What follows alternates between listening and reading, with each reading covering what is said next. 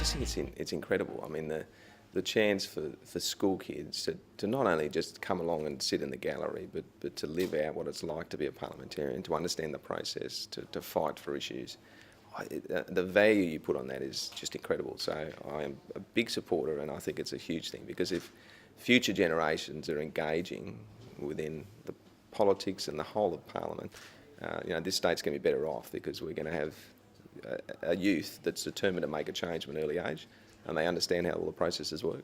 One of the things that you see in Parliament, there are people from all types of backgrounds that come in. I mean, everything from a tractor dealer through to school teachers, through to plumbers, through to doctors. I mean, there is everyone and anyone in there.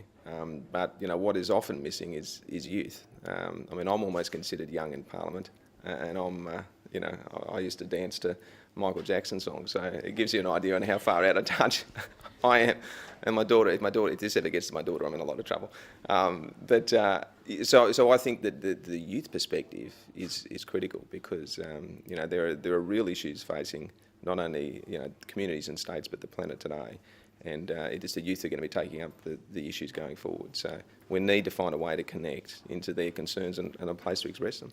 I hope they come in with kind of a renewed respect for Parliament and the process, and what it means to respect other people's points of view, and also the amount of work it will take to take an issue and to turn it into something that brings meaningful change, rather than just posting a one-line blog or talking around the breakfast table and saying this is really something we should do about. To actually sense and participate in reform change, which is doing the research, arguing a case and winning across a majority of people. I think that's a skill that is fantastic.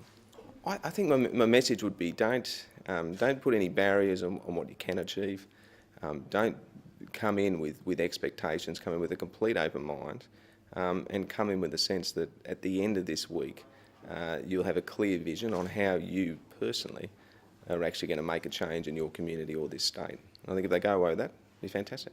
I just want to encourage the whole Youth Parliament association and movement, in the sense that it's such a positive thing. So any way I can help, I'm very keen to do, and I'd be remiss not to give my Premier, the former member for Manly, Ellie Griffin, a rap. So I think she's done a great job as Premier, even though she just started. I'm sure she's going to do a great job, and I think it's fantastic that someone from Manly's taken that job. And what I like about Ellie is it's not her family's issues, it's not her neighbours' issues, it's her issues. It's the ones that she thinks are important that needs to be changed. And I think that leadership shone through in a community context, at a school context, and obviously now at Youth Parliament. I feel very proud. Oh no, it's great. I mean, I think that the Manly community is very active in politics. I mean, there's a lot of community interest.